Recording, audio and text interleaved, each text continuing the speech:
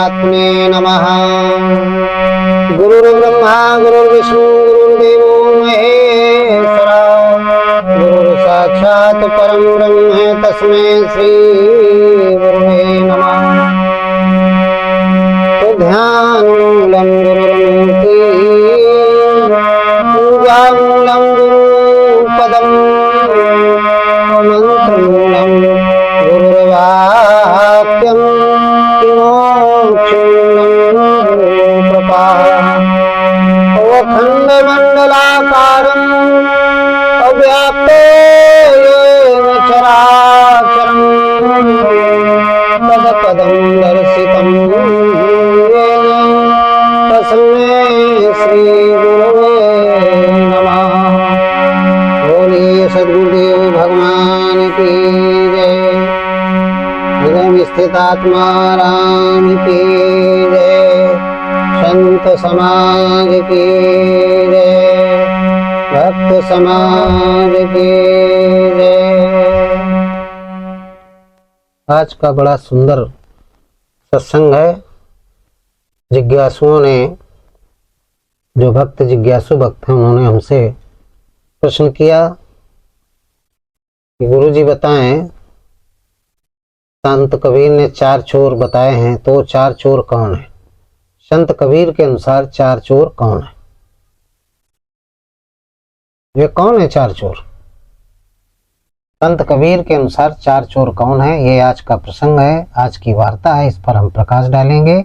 आप लोग अपने मन को, इंद्रियों को संयमित करके, अपनी चित्त वृत्ति को संयमित करके हमारे इस सत्संग को सुने और अपनी स्मृति में धारण करें। आपका कल्याण होगा। देखिए, संत कबीर ने बीजक में साखी के माध्यम से, साखी 130 में उन्होंने दर्शाया है कि हर मनुष्य के अंदर 4 चोर होते हैं। हर मनुष्य के शरीर में 4 चोर होते हैं, और ये 4 जो चोर हैं, यदि ये संसार में लग गए, संसार में लग गए, तो इस बड़े भाग्यशाली मनुष्य शरीर को अधोगति में पहुंचा देते हैं। यानी धार्मिक क्षेत्र में लग गए तब तो सदगति में पहुंचा देते हैं, मोक्ष प्रदान करवा देते हैं। और यदि अधर्म में लग गए तो फिर ये नरक में पहुंचा देते हैं, 84 में पहुंचा देते हैं। तो ये 4 चोर हैं कौन? लाभदायक भी हैं, हानिकारक भी हैं। संत कबीर ने कहा ये 4 चोर अच्छे भी हैं और बुरे भी हैं। बस हर मानव के अंदर पाए जाते हैं। कोई ऐसा मानव नहीं है, भूत प्राणी नहीं है जिसके अंदर ये 4 चोर न पाए जाते हैं। और इन 4 चोरों में एक लीडर भी है। 4 चोरों का जो गैंग है उसमें एक लीडर भी है, वो बड़ा खतरनाक है। तो इस पर हम प्रकाश डालेंगे। उन्होंने बीजक के खंड साखी में 130 साखी में उन्होंने दर्शाया है। संत कबीर ने क्या बताया है, फिर इसका हम व्याख्या करेंगे। पहले साखी पढ़ के सुनाएंगे आपको। कि 4 चोर चोरी चले, अपगुपन ही उतारे, और 4 में दरे हनी, पंडित करहु विचार। 4 चोर चोरी चलें, 4 चोर चोरी चले, पग पनही उतार। 4 उदर और धूनी हनी, पंडित करो विचार। हे ज्ञानी, संत कबीर की तो भाषा सदुखड़ी थी। सदुखड़ी भाषा में बीजक लिखा, विश्व के जितनी भाषाएं सबको समावेशित किया। तो इनकी साखियों में हर प्रकार की भाषाओं के शब्द हैं, इसलिए जो लिखा है वो उसका अर्थ नहीं होता है। बड़े ज्ञान की जरूरत है, तब बीजक समझ में आएगा। चार चोर चोरी चले, पग पनही उतार। पैरों की पनही को उतार करके चार चोर चोरी करने चले, और चारों दर धूनी हनी। पंडित करो विचार।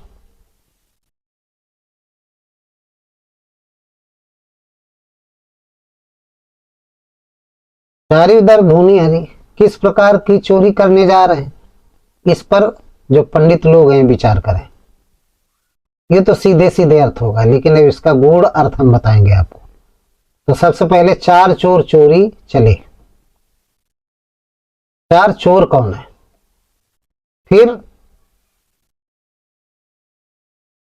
चोरी किसकी करने जा रहे हैं, पग पनही उतार ये क्या है, चारी दर क्या है, धूनी हनी ये क्या है, और पंडित क्या है।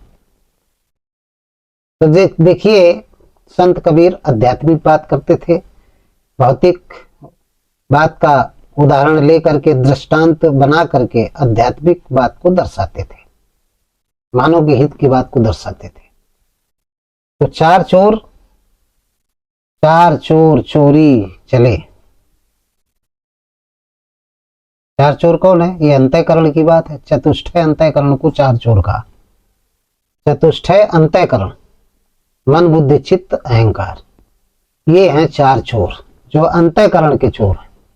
अंतःकरण में इनका निवास है, मन बुद्धि चित्त अहंकार, इनको चार चोर संत कबीर ने कहा। पग पनही उतार, पग पनही उतार का मतलब क्या हुआ, पग पनही उतार का मतलब होता है कि जो इनकी इंद्रियां, इनकी वृत्ति लगी थी भगवान के चरणों में, उस वृत्ति को उतार दिया, और फिर उतार करके चारी उधर धूनी हनी पंडित करो विचार। फिर जीवात्मा के ज्ञान रूपी धन की चोरी करने चल पड़ते हैं। ज्ञान रूपी चोर, जीवात्मा के ज्ञान रूपी धन की चोरी। जीवात्मा का ज्ञान रूपी धन क्या है, ज्ञान रूपी धन यही 26 है। हमने पिछले सत्संग में बताया कि लक्ष्मी, एक बाहर की लक्ष्मी, एक अंदर की लक्ष्मी। तो ज्ञान रूपी लक्ष्मी का 26 लक्षण, इन 26 लक्षणों को चुरा लेते हैं। चुराने का मतलब दबा देते हैं। चोर चोरी करके लाता है तो धन क्या बाजार में रख के बैठता है, गुप्त जगह रखता है। तो ये 26 लक्षणों को प्रसुप्त कर देते हैं, निष्क्रिय कर देते हैं, और संसार में मन बुद्धि, मन योजना बनाता है, बुद्धि निर्णय लेती है, चित्त लग जाता है संसार में। और इसके बाद जो भी कार्य करते हैं तो फिर शरीर कहने लगता है, जिसको अहंकार कहते हैं कि ये कार्य मैंने किया है। तो मन बुद्धि चित्त अहंकार ये चार चोर हैं, और जब ये संसार में लग जाते हैं तो जीवात्मा का ज्ञान वैराग जो 26 लक्षण है, इनकी चोरी हो जाती है, वो निष्क्रिय हो जाते हैं। यानी हमारी 10 इंद्रियां और मन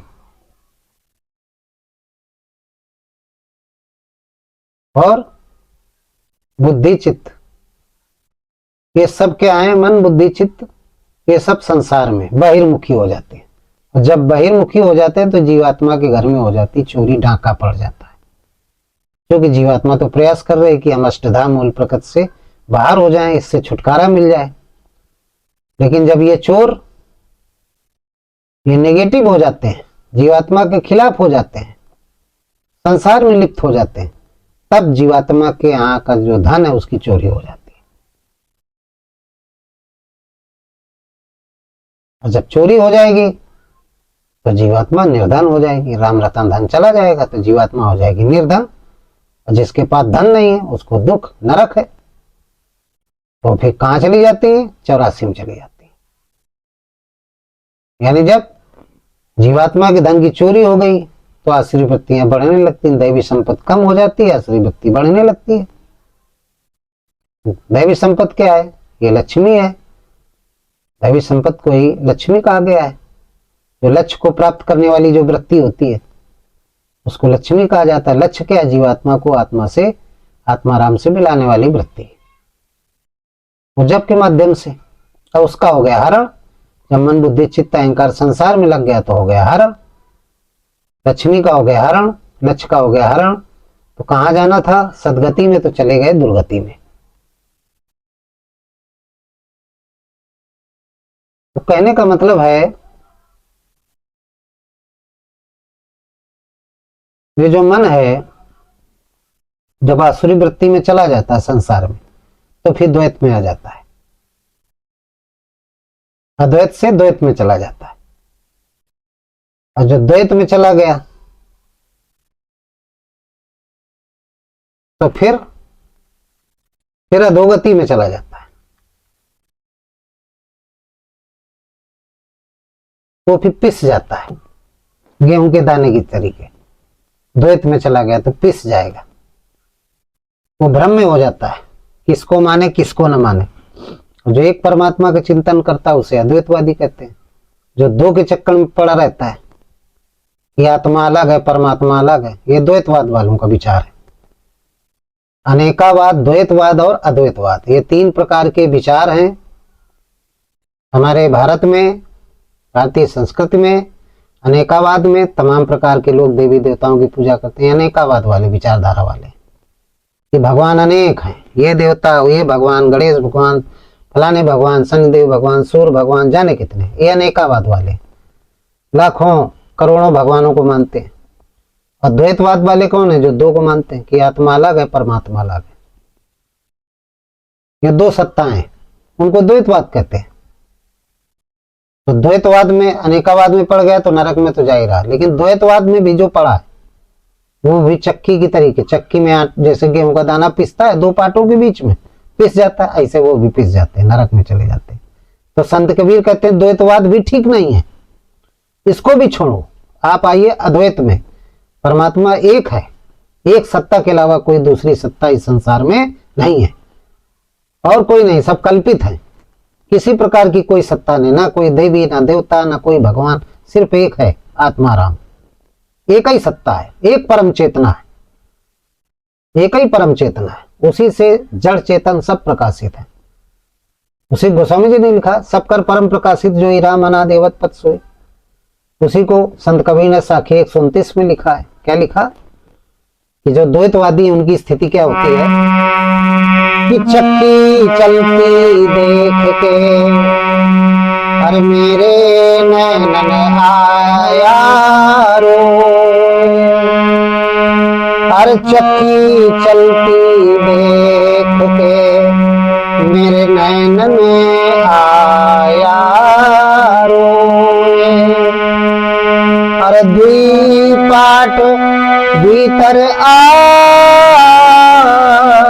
के साबुत गया न को,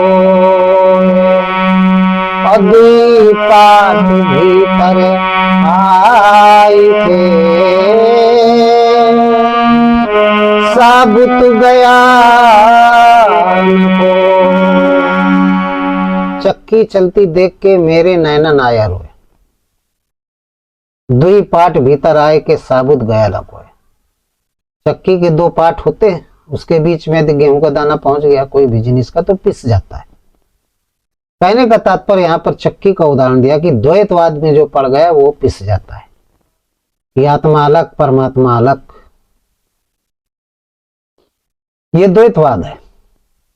अनेकावाद में बहुत सारे भगवान है, द्वैतवाद में दो प्रकार के भगवान है। तो कहते हैं यहां भी पिस जाओगे, नहीं बचोगे। अनेकावाद में तो पिस ही जाओगे। तमाम यक्ष गंधर्व देवी देवता इनकी पूजा करते हैं, अनेकावाद है, जाने कितने भगवान है। हर देशों में, हर देशों में बहुत बहुत भगवान है, लोग करते हैं अनेकावाद। कहीं द्वैतवाद की बातचीत है। तो संत कबीर कहते हैं नहीं, वो अद्वैतवाद, परमात्मा अद्वैतवाद, अद्वैतवाद के भक्त थे। परमात्मा एक है, सत्ता एक है, और यही सच है। इसी बात को भगवान कृष्ण ने भी कहा, इसी बात को भगवान शंकर ने भी कहा, इसी बात को भगवान श्री राम जी ने कहा कि परमात्मा एक है, दो चार नहीं। यही बात गोस्वामी तुलसीदास जी ने कहा। अद्वैतवाद यदि द्वैतवाद में रहेंगे तो पिस जाएंगे। पिसने का मतलब 84 में पिसते जाएंगे, 84 के चक्कर में चले जाएंगे। जीवात्मा कभी मुक्त नहीं होगी, एक परमात्मा का चिंतन नहीं कर पाएंगे। और ये जो चार चोर है, मन बुद्धि चित्त अहंकार, द्वैत में पड़ गए तो फिर 84 में आपको ले जाएंगे। जीवात्मा को कहाँ ले जाएंगे? 84 में। वो मुक्त नहीं हो पाएगी, मुक्त नहीं हो पाएगी। इसलिए द्वैतवाद से हट करके आप किस में आइए? अद्वैतवाद में आइए। और अद्वैतवाद में कब आ पाएंगे? इसकी व्याख्या बड़ी सुंदर गोस्वामी जी ने किया रामचरितमानस में, कि जिसके अंदर इस टाइप के विचार होंगे वही अद्वैतवाद में आ पाएगा, और जिसके अंदर ये विचार नहीं है वो द्वैतवाद में रहेगा। जैसे तमाम कबीरपंथी आजकल कबीर, संत कबीर जो परम श्रद्धेय पूजनीय वंदनीय संत हुए हैं भक्तिकालीन युग में, उनका मुखौटा लगाए हुए हैं तो कहते हैं हम कबीरपंथी हैं। और द्वैत में कहते हैं ब्रह्म, अक्षर ब्रह्म, पूर्ण ब्रह्म, 3 प्रकार के ब्रह्म बता दिया, सब अलग अलग हैं। पार ब्रह्म, पूर्ण ब्रह्म, बोले हम पूर्ण ब्रह्म की उपासना करते हैं, तुम लोग तो काल ब्रह्म की करते हो। अब उनको यही पता नहीं, द्वैतवाद अनेकावाद में, अद्वैत में है ही नहीं। तो क्यों नहीं है? उसके लिए गोस्वामी जी ने बताया इस तरीके की जो विचारधारा है, तमाम भक्त भटक रहे हैं कस्तूरी मृग की तरीके। तो क्यों भटक रहे हैं? इसलिए भटक रहे हैं, उनको सच्चा सदगुरु नहीं मिला है।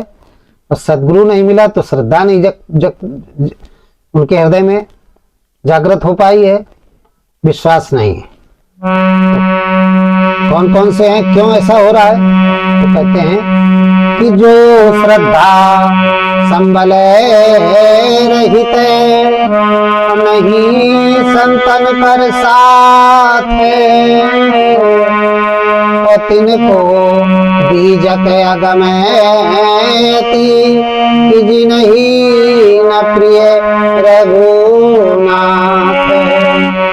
जो श्रद्धा संबल रहित नहीं संतन कर साथ,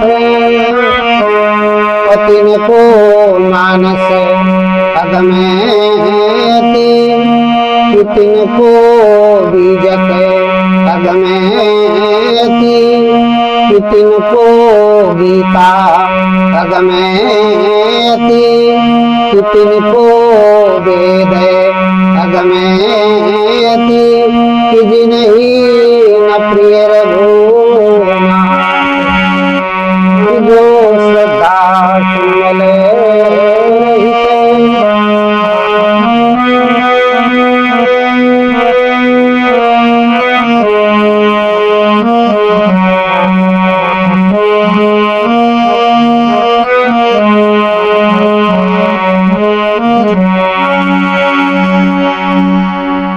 श्रद्धा संबल रहित नहीं संतन कर साथ, तिनको बीजक अगमति तिनको मानस अगमति जिन्हीं न प्रिय रघुनाथ। कौन से द्वैत में रहते हैं? जो श्रद्धा रहित हैं, जिनके अंदर श्रद्धा नहीं है। किस पर श्रद्धा नहीं? एक परमात्मा पर। और विश्वास नहीं है किस पर? गुरु पर। विश्वास क्यों होगा? जब उनको तत्वदर्शी सदगुरु मिल जाएगा तो विश्वास हो जाएगा। अब गुरु पर विश्वास क्यों नहीं हो रहा है? क्योंकि गुरु भी द्वैतवादी है ना, वो 2 प्रकार की बात करता है। तो 2 प्रकार की बात कर रहा है, इसलिए शिष्य की समझ में बात नहीं आती है। तो जय श्रद्धा संबल रहे, संबल माने होता है विश्वास। जय श्रद्धा संबल रहे और नहीं संतन कर साथ। वो गुरु कहता है और किसी का सत्संग मत सुनो, केवल हमारी पुस्तकें पढ़ो, हमारा ही सत्संग सुनो। ऐसे तमाम गुरु हैं भारत देश में। तो बेचारे सत्संग भी नहीं सुन पाते हैं, सत्य का संग भी उनको सुनने को नहीं मिलता है। तो जब ये 3 चीजें नहीं होती हैं तो फिर भगवान के आत्माराम के चरणों में हो, आत्माराम के प्रति श्रद्धा नहीं हो पाती। तो फिर तिनहि न प्रिय रघुनाथ, उनको आत्माराम अच्छे नहीं लगते, उनको वही पाखंडी गुरु अच्छे लगते हैं, उन्हीं के चरणों में समर्पित रहते हैं। अंत में जाते हैं 84 में, बड़ा कलह रहता है, बड़ा उनका जो ग्रह है, घर है, वो पूरा का पूरा घर, पूरा का पूरा क्षेत्र जहाँ रहते हैं वो महाभारत युक्त होता है। लड़ाई झगड़े बने रहते हैं, शांति रहती है, सच्चित आनंद जो होना चाहिए, ये शरीर वो सच्चित आनंद नहीं रहता, अशांत रहता है, रावण का वास होता है, लंका होती है। ये मानव शरीर उनका लंका हो जाता है, जबकि होना चाहिए अवध, अयोध्या होनी चाहिए।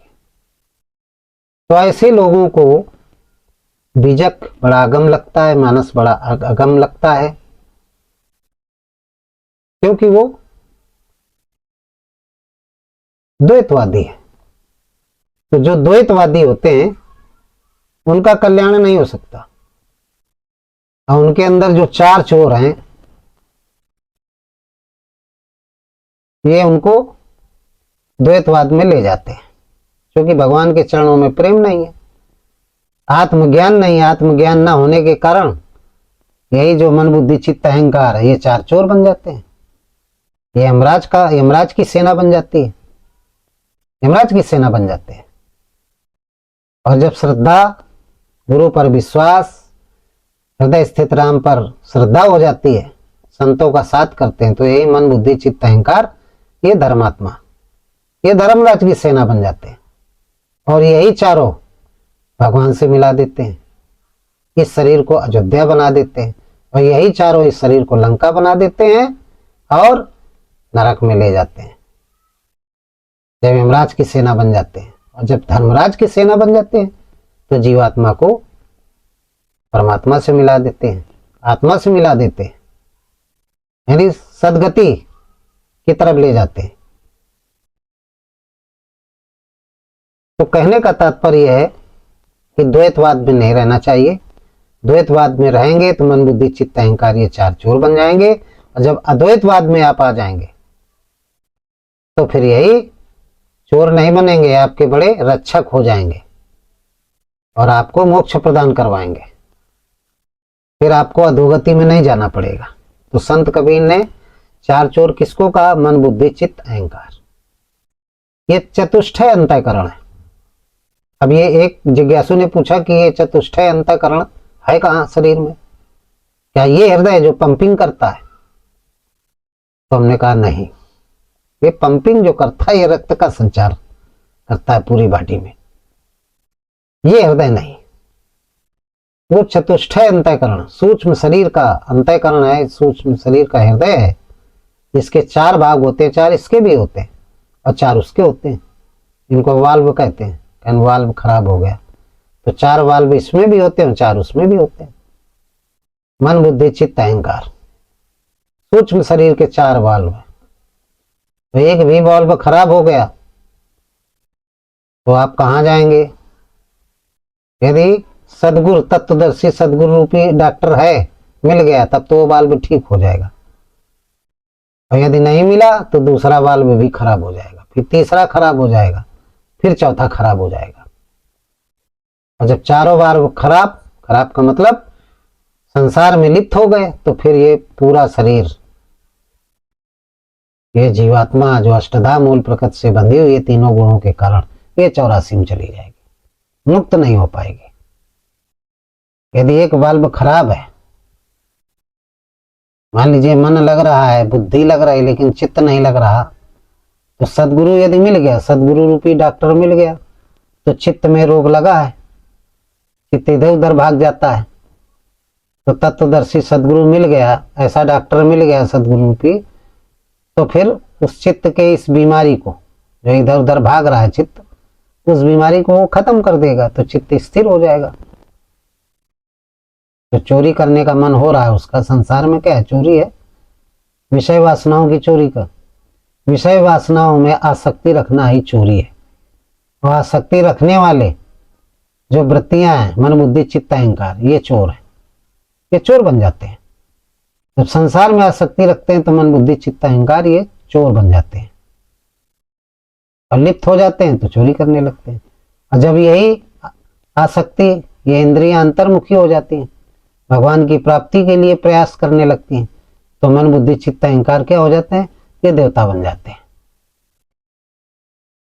देवता बन जाएंगे, तो फिर परमात्मा से मिला देंगे जीवात्मा को, मोक्ष मिल जाएगा। तो ये है बड़ा अच्छी बात संत कबीर ने कही कि अंतःकरण में चार चोर किसको कहा? मन बुद्धि चित्त अहंकार को। चतुष्टय अंतःकरण की जो चार वृत्तियां हैं, मन बुद्धि चित्त अहंकार, इनमें जो लीडर है चार चोरों का वो है मन। मन लीडर है, बुद्धि चित्त अहंकार शरीर। अहंकार कहते हैं स्थूल शरीर को, हाड़ मांस के शरीर को, यह अहंकार है। मन योजना बनाता है, बुद्धि निर्णय लेती है कि हाँ ठीक है करो इस काम को, और फिर चित्त उसमें लग जाता है। जब काम पूरा हो गया तो ये शरीर कहता है नहीं मैंने किया। यही अहंकार है। चार से मिलकर के चतुष्टय अंतःकरण बना है, और इस चतुष्टय अंतःकरण के अंदर कारण शरीर होता है, जिसमें वो परम चेतना वास करती है, निवास करती है कारण स्वरूपी अंतःकरण में, इसलिए उसको आत्मा कहा गया है। आत्मा परमात्मा कोई नाम नहीं है, नाम केवल चेतना है, परम चेतना। वो चेतन है, उसका कभी नाश नहीं होता, अविनाशी है। तमाम लोगों ने पूछा जड़ में तो होता नहीं चेतना, और कैसे कहा गया कि कण कण में? तो हमने बताया कोई सूखा जैसे पत्थर है तो क्या वो तो जड़ है, लेकिन उसके ऊपर भी घास जम आती है, पेड़ भी उगाते हैं। कोई पीपल का एक दाना पड़ जाए पीपल के फल का तो पीपल वहां तैयार हो जाता है। सूखी लकड़ी में पड़ जाए पीपल का दाना तो वो तैयार हो जाता है। इसका मतलब चेतना उसमें है, तब तो हरी हरी घास उसमें पैदा हो गई। तो जड़ है उसमें भी चेतना है, और चेतन है उसमें तो चेतना है। तो बाहर क्या है? अंतःकरण के अंदर तो सब चेतन है, अब बाहर जड़, वही जड़ है, जड़ चेतन दोनों है। तो परम चेतना सब में है, ऐसा नहीं है एक में नहीं, सब में है। अब कोई भी निर्जीव चीज रख दीजिए बाहर, कुछ समय बाद उसमें मिट्टी धूल जम जाएगी और उसमें घास पैदा हो जाएगी, उगने लगेगी। और वृक्ष कोई तैयार हो जाए, तो यदि चेतना ना हो तो कैसे तैयार हो जाए? तो चेतना जड़ चेतन, इसीलिए उसको कुरान में कहा गया जर्रे जर्रे में है वो अल्लाह, और वेदांतों में कहा गया कण कण में है, उसको ब्रह्म कहा गया। बाइबल में उसको कहा गया परमात्मा हर जगह है। इसी तरीके से जितने भी महापुरुष हुए सबने कहा कि व्यापक ब्रह्म एक अविनाशी सचेतन घनानंद राशि अस प्रभु हृदय क्षतपकारी सकल जीव जगदीन दुखारी ईश्वरा सर्वभूतानां हृदय देशे अर्जुन तिष्ठति ब्राह्म्यान् सर्वभूतानि अंतर्गुणान् माया तुम्हें शरणम गच्छ सर्वभावेन भारत तत्प्रसादम परम शांति स्थानम प्राप्स्य शाश्वतम। हे अर्जुन तुम उसी की शरण में जाओ, तो तुम्हारे अंतःकरण के जो ये चोर हैं इनको शिक्षा मिल जाएगी, सद्गुरु मिल जाएगा, इनकी बीमारी ठीक कर देंगे। तो चारों चोर जो बन गए हैं देवता, ये चार देवता थे बन गए चोर, तो पुनः देवता बन जाएंगे, तो जीवात्मा को परमात्मा से मिला देंगे। यही मिलाते हैं चारों। एक पहरेदार है, जैसे भगवान विष्णु के पहरेदार थे जय विजय, ऐसे ये भी अंतःकरण के जो द्वार हैं चार, उनके पहरेदार। ये परावाणी का क्षेत्र है जहां ये रहते हैं। संत कबीर ने कहा जब मरे छुपा मरे आनंद हो मर जाए, सूरत समानी शब्द में ताई काल न खाए। जब ये मन की दृष्टि सूरत जिसको कहते हैं, ये चतुष्टय चारों द्वारों को क्रॉस कर जाती, तो फिर शब्द मानो परमात्मा, परमात्मा में समा जाती, अनुभव रूपी परमात्मा में समा जाती है। ताई काल न खाए, फिर उसे जन्म मृत्यु के चक्कर में नहीं पड़ना पड़ता, और फिर जीवात्मा जन्म नहीं लेती है, मोक्ष हो जाती है, परम चेतना में विलीन हो जाती है। उससे हटी थी उसी में विलीन हो गई, खत्म मामला, उसी को मोक्ष कहते हैं। तो बड़ा सुंदर प्रसंग रहा संत कबीर का। इन्हीं शब्दों के साथ हम आज का प्रसंग समाप्त करते हैं। तो चार चोर हैं संत कबीर के अनुसार, मन बुद्धि चित्त अहंकार, चतुष्टय अंतःकरण। बोलिए सदगुरुदेव भगवान की जय। सर्वे भवन्तु सुखिना, सर्वे सन्तु निरामया, सर्वे भद्राणि पश्यन्ति मा कश्चित् दुःखभाग् भवेत्। सदगुरुदेव भगवान की जय। हृदय में स्थित परमात्मा राम की जय।